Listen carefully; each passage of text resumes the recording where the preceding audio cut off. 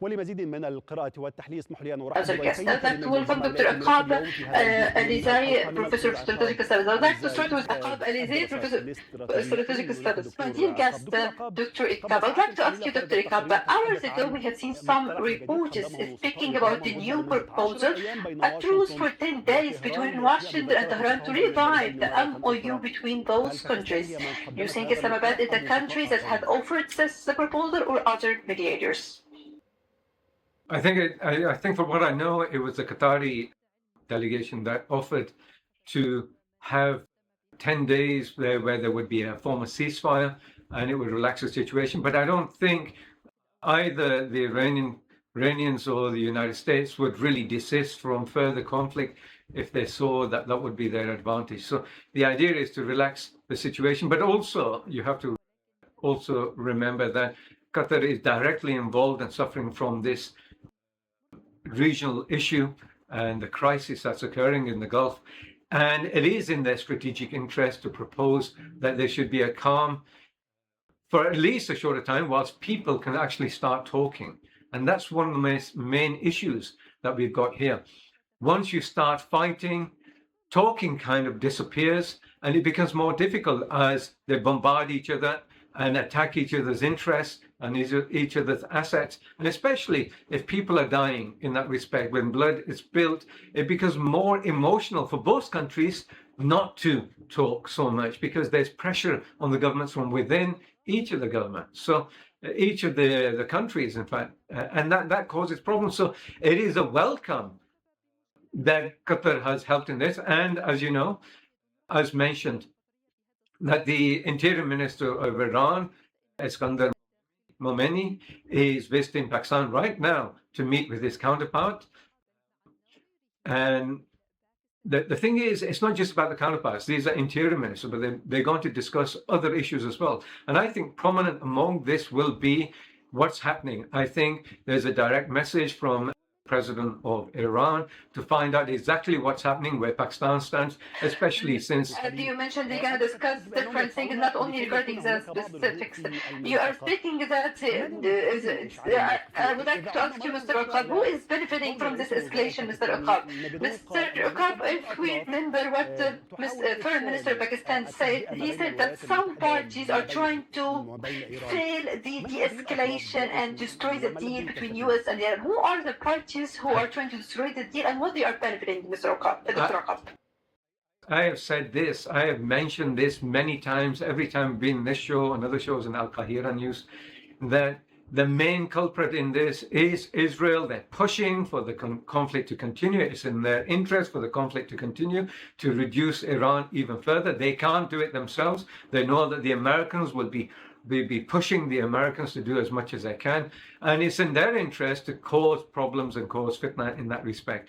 And it's not in the interest of the Gulf nations, not at all. It's not in the interest of Iran to be damaged in such a way, but Iran will stand up to any conflict that comes its way. It's a very proud nation in that respect. The United States has a lot to lose by continuing this conflict, as we know. So who is actually gaining? And you're right. There is a particular country. Israel is the spoiler in this, and has been. I've been saying this many times. Virtually every show I've been on, and there've been many, and it continues to be the case.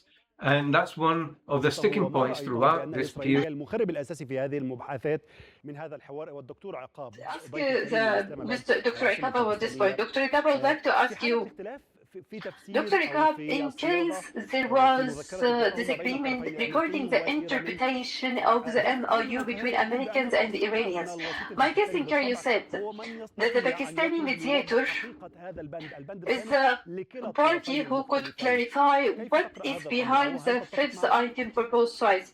How do you read this, or do you agree with him? I think when it came down to signing the MOU, there was a rush to complete things as soon as possible. I think there was pressure on both sides from Americans, especially Iran wanted to conclude something as well. Pakistan was helping in this, so was a Qatari delegation. But you know, when you rush things, certain words are used that could be ambiguous within interpretation, but this was in both languages as well, by the way.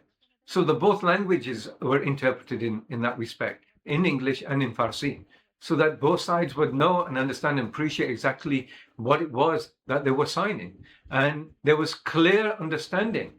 Problem is, after this, Israel was causing issues. I would like to ask you again, if the languages are different, if the translations are different, why the Pakistani mediator and Pakistani has the experience and they know what's happening in the MOU, why the Pakistani did not come out to clarify what is the reality behind the MOU, what is the real clarification for these items?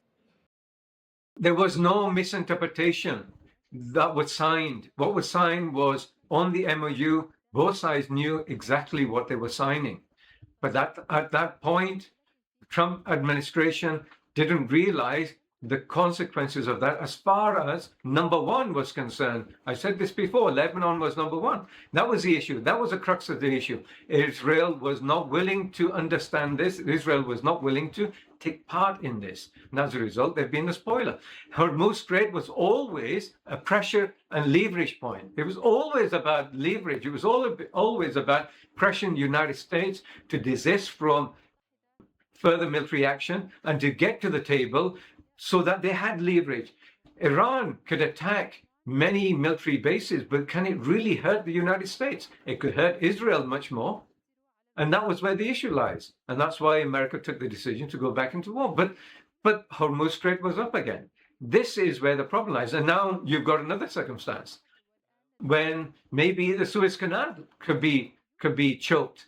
And that is a further problem as far as even Egypt is concerned. Nobody wants anything like this. Pakistan does not want this. Pakistan has been pushing consistently to have diplomacy, have talks, put mediation as a forefront. But when the missiles are flying and people are hurting... Dr. Auqaab, you said that Iran would attack many bases, but Israel was a country that would be affected. Why Iran is attacking the GCC countries and Jordan and not attacking Israel in this round of escalation, Dr. Auqaab? Well, it's attacking military bases. America is attacking directly on Iran, and Iran is attacking military assets of the United States, whether they would have been in Israel, which is not the case so much, but in Jordan, to reduce their capabilities, their radar facility in Bahrain, in Kuwait as well, to reduce their capacity to attack Iran. They are not attacking Israel directly, but they are not attacking Israel directly, Dr. Auqaab.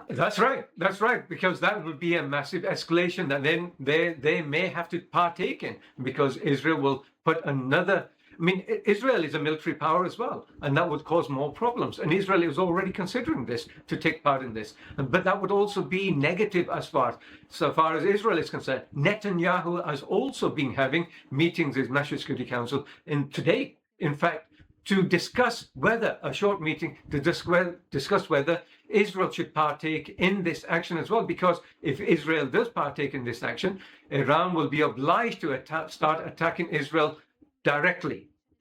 That is an extra escalation that nobody wants, I think. And Israel has also suffered. Israel is more deterred now from attacking Iran, but they may discuss it. And we will see what happens from those meetings and what Netanyahu wants. And as far as Netanyahu is concerned, the United States is doing their job. And if the United States continues, why would Israel want Iran to directly attack Israel? You've got to consider the situation. It is much greater escalation, which will lead to less likelihood of any form of diplomacy. And there is a chance, because Secretary of State Rubio also mentioned today that he was open to diplomacy. شكرا جزيلا ضيف الكريم من الولايات الدكتور عقاب عليزاي. I would like to thank you so much, my dear guest from here. I would like to thank Dr. Auqaab Alizai, the Professor of Strategic Studies. Thank you so much for being with us. Thank you very much. Thank you, Dr. Auqaab. القاهرة الإخبارية